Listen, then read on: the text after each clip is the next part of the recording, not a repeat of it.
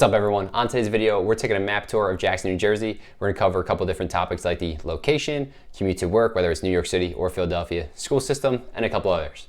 If this is your first time to the channel, my name is Steve McCutcheon, and I'm a realtor at Berkshire Hathaway. On the Live in Central New Jersey channel, we cover everything related to the Central Jersey real estate market. So if you want to be the first one to know what's going on in either Monmouth or Ocean County real estate, feel free to click the bell, hit the subscribe button. Let's get this video started. All right, guys, what's up? We're heading over to the laptop portion of everything. So this is where the bulk of the video is going to be shot from here on out. Just kind of zoomed out a little bit for you. This is going to be Jackson Township right there. And when you zoom in a little bit more, you'll see this is actually going to be the most northern part of Ocean County. So it's going to be bordered with towns like Freehold and Howell that are going to be in Monmouth County. And then you have Lakewood over here that's going to be in Ocean. The Jackson Township in itself is like a really big town.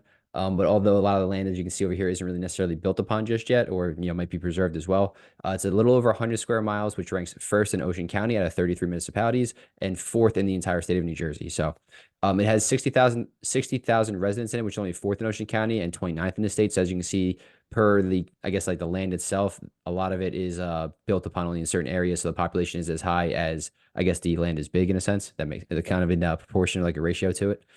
35% of the households are under the age of 18 or have a child under the age of 18. And then 64% are married couples living together. So pretty much for the most part, you'll see that like a lot of people in the area are going to be young families for the like the school system's pretty built out too. We'll get to that a little bit later. But the median household income for Jackson is going to be around $101,000 and the median home price is about $480,000. So let's kind of dive into like the rest of it.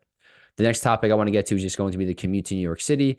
Jackson's a little bit of a tough spot, being one, how big it is, but also two, where it's kind of located. So when it comes to commuting to New York City, the two major roadways throughout New Jersey are going to be the Garden State Parkway and also the Turnpike, which are on opposite sides of each other. Jackson is basically like smack dab in the middle. So you have the Garden State Parkway is going to be along here on the right side, and then the New Jersey Turnpike is going to be on the left side. They eventually meet up in the middle over here, and that's kind of like the goal of like where you have to get to.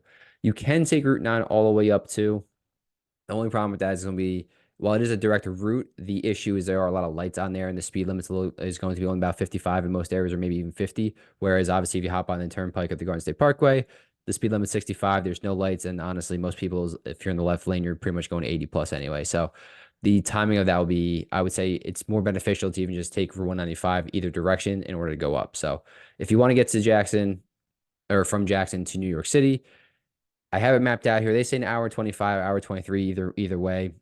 Just from experience, I'm just gonna let you know it's definitely not accurate, because getting to this point right here, like right where like the Newark airport is, that is accurate for about an hour and a half, hour 25, whatever you want to take it. But this last little portion right here is gonna be the toughest part, getting into New York City, assuming that you're going into Manhattan or whatever the case might be.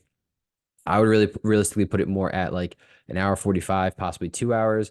If there's, heavy winds, rains, that kind of stuff, maybe even a little bit longer. It's in a weird spot for New York City specifically. Whereas like if you have other towns like Freehold, you could you're 20 minutes more north. So hopping on Route 9 is not a bad idea. If you're more east, you have access to the Parkway. If you're more west, again, you have access to the Turnpike a little bit faster. So it's just in like a little bit of a weird spot in New Jersey, to where like New York isn't as good to get to.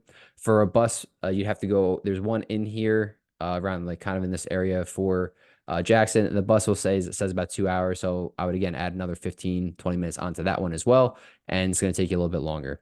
There is no train in the Central Jersey area. So the train route is pretty much along the East Coast side over here. And then you have one that goes on the west side towards like the Trenton area. So again, kind of just in like that little weird of a desolate of an area for Jackson, but quality of life is a little bit more peaceful over there. And we'll touch upon that when we get to the housing options. The other option would be going to Philadelphia. In my opinion, this is definitely going to be a little bit easier. You have a little bit more of a direct route, and just a little bit less time as well. This says an hour and 10. Again, we're just using like a RAM spot in Jackson. Pretty much looks like the center of it. But the easiest way to go would probably just taking Route 195 over to the Turnpike, 295, and etc. all the way into Philadelphia. If you live in the more southern side of Jackson, you might be able to take Route 70, and that's going to be about roughly the same time. I don't see it being really too much of a difference in either way.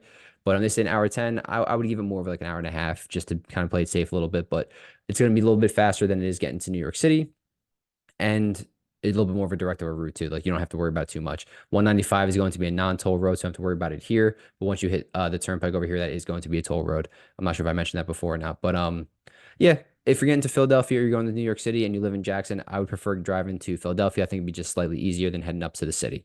A little bit less traffic probably as well. Although you will hit some, again, like kind of like getting into New York City, you'll hit that Little portion over here getting into Philadelphia.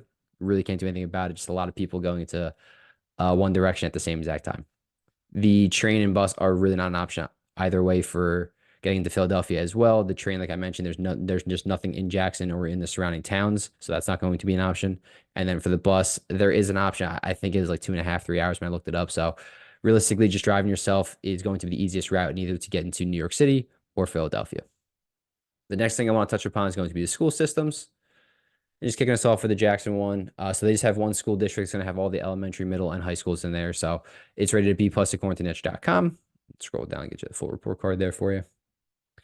And then it houses about 7,500 students, 15-to-1 student teacher ratio. So decent school system. It's not necessarily at the top, but it's also not near the bottom at all. It's pretty much smack dab in the middle. It is the fourth best one according to niche.com in terms of school districts in Ocean County.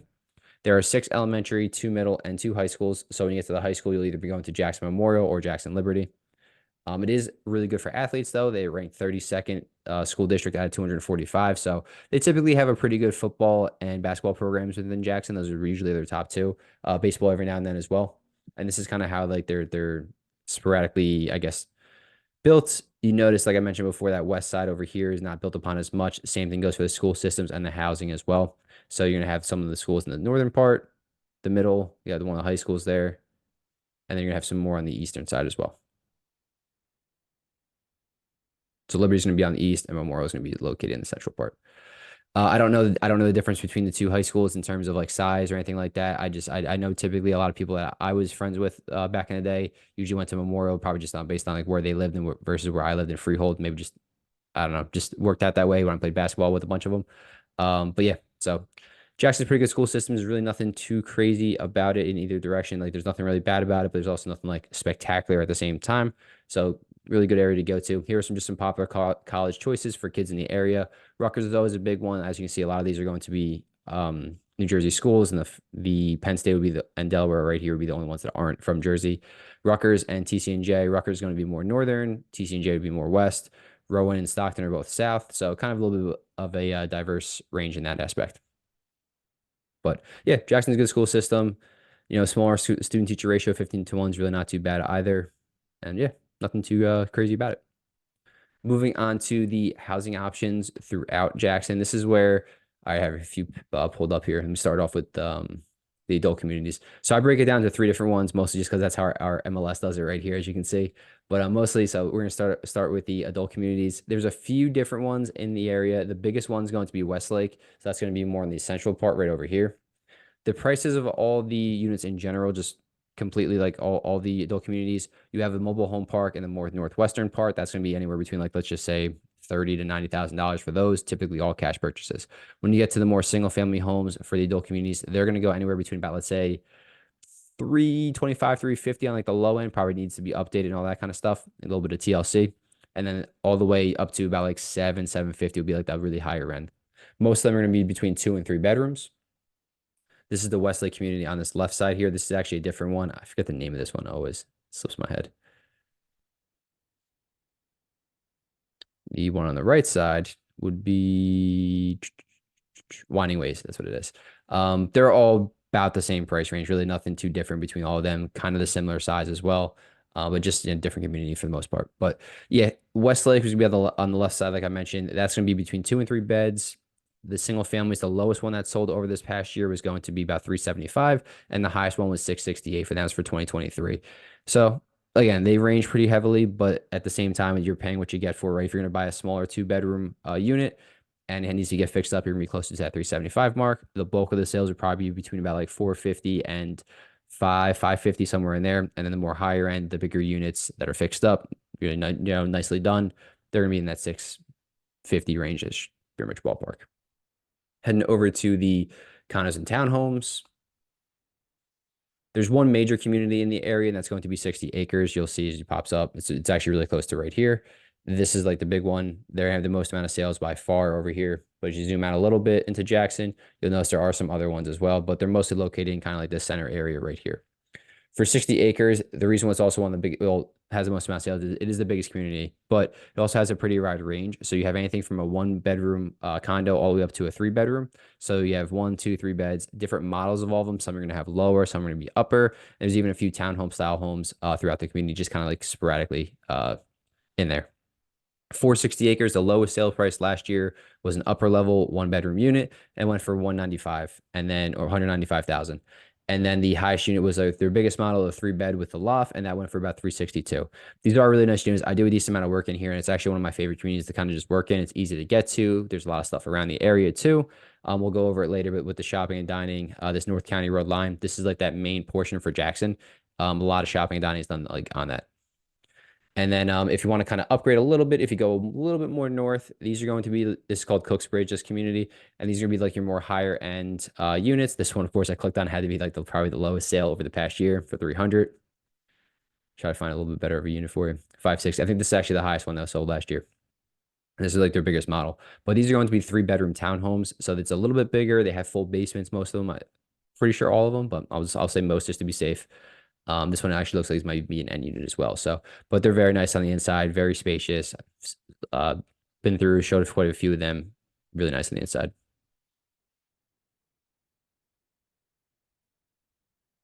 But that's what this is something you'd get for again 550, 560, and versus 60 acres. The highest sale price was 362. So just say roughly 350. So about an extra $200,000, but living a little bit more luxury there too. Last but not least, you want to go over the single families. This is where things start to change a little bit in Jackson. So when I mentioned earlier, the median sales price for a home was $480,000. That was for all of Jackson. You're counting condos, townhomes, adult communities, and single family. When you get to more of the single families, that actually shifts a little bit. It's going to go quite a bit higher. So instead of being $480,000, it's going to end up being $615,000. And that's for the median sales price for just single family homes.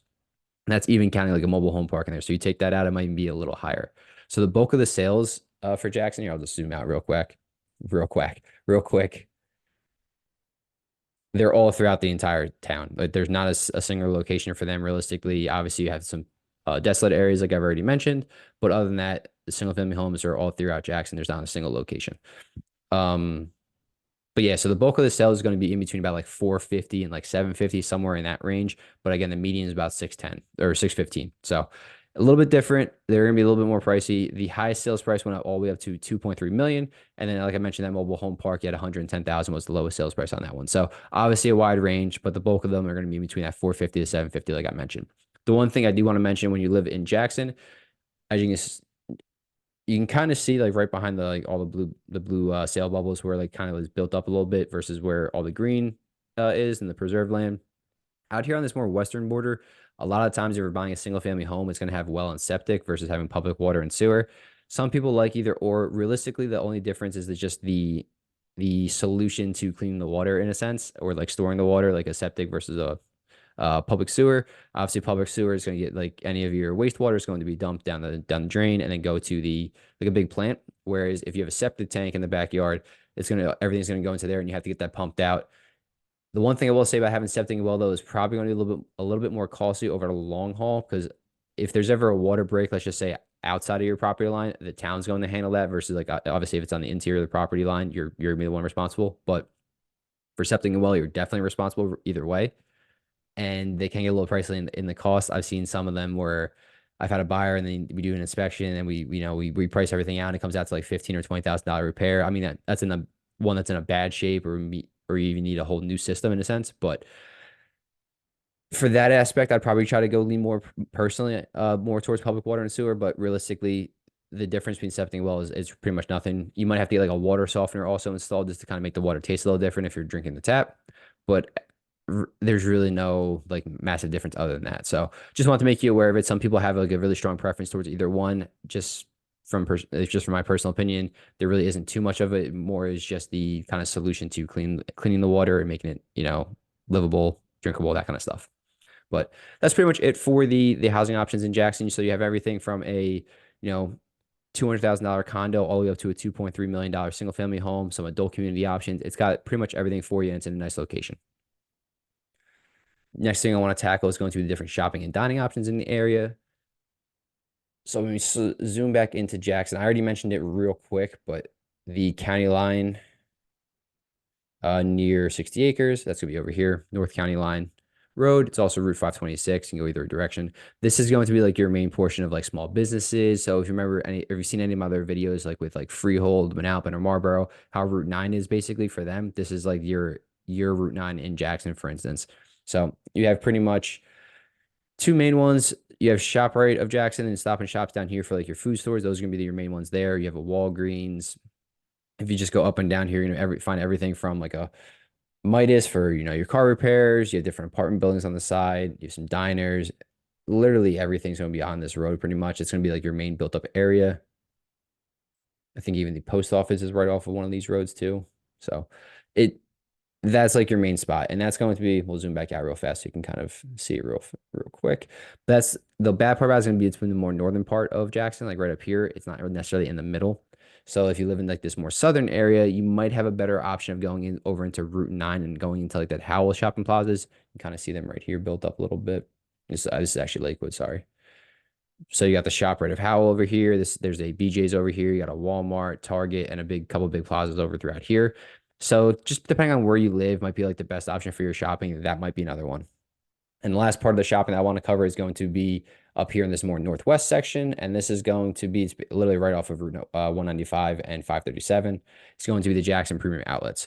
So the cool thing about the outlets is like you have like those big name brand stores that say like Nike, Under Armour in there, a little bit cheaper of the clothing, so that they're not like this is coming straight from Nike. It's not going out to like a Dick's Sporting Goods where they mark it up a little bit more for some bigger margins. But they have 70 storefronts in here. I already mentioned Nike and Under Armour, but you have Bath and Body Works, a jewelry store.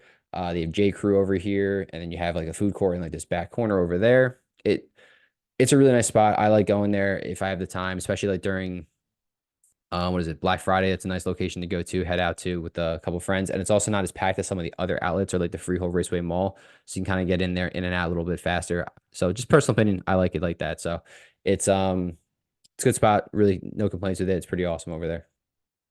And walking wise too, it's basically one big horseshoe. You're not going into like different wings of like the Freehold Mall and like kind of getting lost. It's literally just one big loop. It's just easy just to walk by every store pretty much and hit whatever you want in that area. When it comes to the dining options, kind of heading back to where we at here. This area over here, the Edge is probably one of the better restaurants in the area. I personally have not been yet, but from all the reviews I've seen on it, it's gonna be located right over here, kind of in between the Stop and Shop and the ShopRite at Jackson. I pulled it up for you, just kind of give you an idea of like what the menu might be like. This isn't necessarily, so they have a couple different options you can go through over here. The one thing about them is they are closed on Mondays and Tuesdays, so just be aware of that. They're only open 5 days a week, Wednesday to Sunday, and they do have some. It's not like an all day thing. I think it's only 4 to 10 pretty much. I don't know if they have their times up on here right now.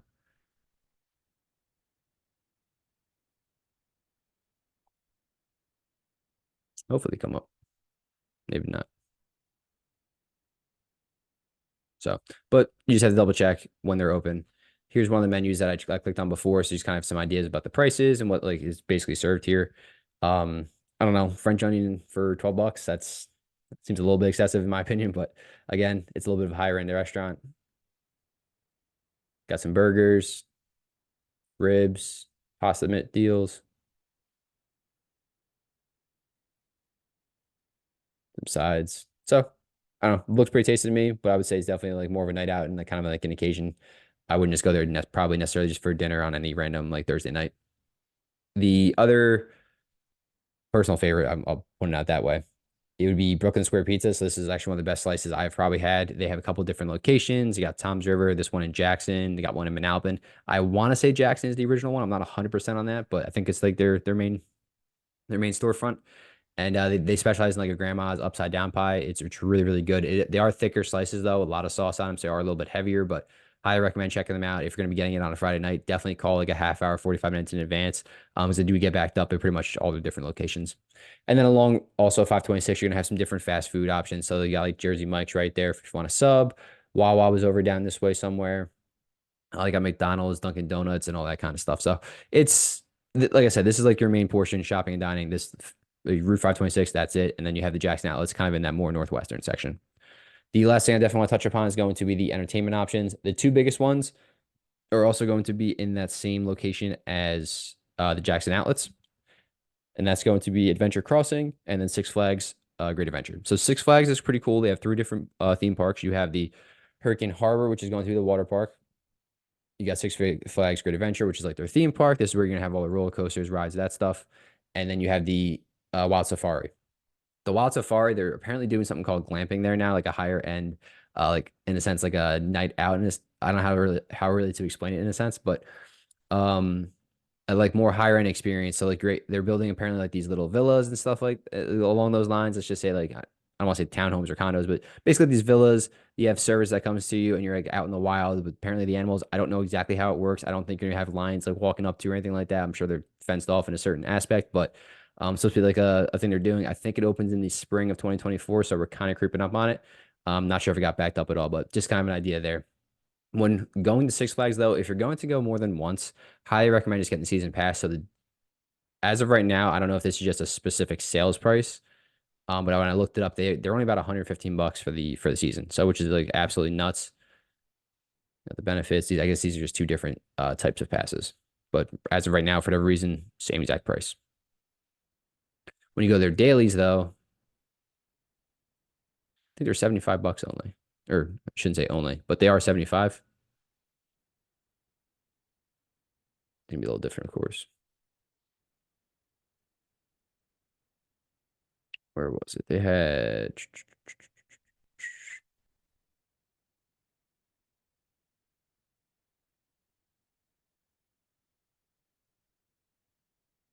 Oh, duh. It's right up top here. Yeah, 75 bucks. So if you're gonna go twice, you're already in the money on making it. So I would recommend when we were little, growing up with my family, we lived in Freehold. So we were only about like a 15, 20-minute ride away from Six Flags. We would always get the season passes. And again, two visits in, they pay for themselves. And it's a fun time out for the family. It's good, like if especially if you enjoy the rides, water park, whatever the case might be. But if you're gonna do all three, just get this pass right here. It's admission to all the theme parks, water parks, etc. So, yeah, it's a nice location to head out to. It's been around forever. It's pretty much a big hit for not just Jackson itself, but Freehold, Manalapan. It's just the surrounding areas around the Jackson and the Six Flag area. The other big thing that came, this is actually very recent. Right next to Six Flags is going to be something called the Adventure Crossing USA. Hold this up for you as well. And it's not an amusement park, but it's another big destination. So they built out, it's a massive complex. I haven't been to it just yet, but they have a couple different golf ranges. So they have this range and they have the Top Golf Suite. The Top Golf Suite, you're just going to be hitting into a mat. It's going to show you about roughly where the shot went. You probably play some different games on it. The Top Tracer indoor range is a little bit different. So this is going to show you, I guess they have some type of tracer in the ball. It's going to show you like your swing speed, the velocity of the ball, where it's going, all that kind of stuff, and gets a little bit more in detail like versus like just the Top Golf swing. Highly recommend checking them out. I've heard really good things about it so far. They got an arcade, axe throwing, and it's virtual coaster. This seems actually pretty interesting. I think they're supposed to be doing a flight simulator with this as well. But basically, like you go inside. I don't know if is there like a video of it? Probably pull it up here. But it's literally like going on a roller coaster but without having to. Here you go. Here's an extra video of how it works. But I guess yeah, you go in there, you get strapped in, and then just go throughout like how a regular roller coaster would be, just not having to do so, and you're just in this little box. But something a little different, something a little cool. They aren't done building the plaza out yet though, so there's a bunch of other things they're going to be doing. I'm on this. I don't know if I was on the sports page before, but they're doing like different baseball and soccer tournaments over there. They're coming soon. They're gonna be adding in apparently a wave pool. Got some hotels. I don't know what the medical campus is. I'm not really sure, but the hotels are gonna have places to stay, especially if they have like these big tournaments. They're also supposed to be leasing out different offices in the area, kind of making it like a one big destination for work, play, all that. So seems pretty cool. Something I again haven't done it yet, but definitely on my bucket list to go check out in the near future. So that pretty much brings us to the end of the video. Really appreciate you guys sticking around to the end. If you have any questions, please leave them down in the comments down below. It really helps me out. If there's something you want to see on these types of videos that I'm not even touching upon and you want to know more about when I do any of these towns, let me know. These videos are made for you, like the consumer. I want to try to make them as good as possible, informational as possible, maybe a little bit of personality if I'm funny. I don't know. But yeah, it's pretty much about it. If you have any other questions, again, leave them down in the comments and feel free to reach out to me if you're thinking about buying or selling in the Jackson area, whether you're 1 month, 3 months, 6 months, even a year out, it doesn't matter to me. Let's just get you on the right path towards your real estate goals. And if you want to move to a different part of the Central Jersey area, check out 2 videos popping up here and hopefully they'll help you out a little bit too. Have a great day.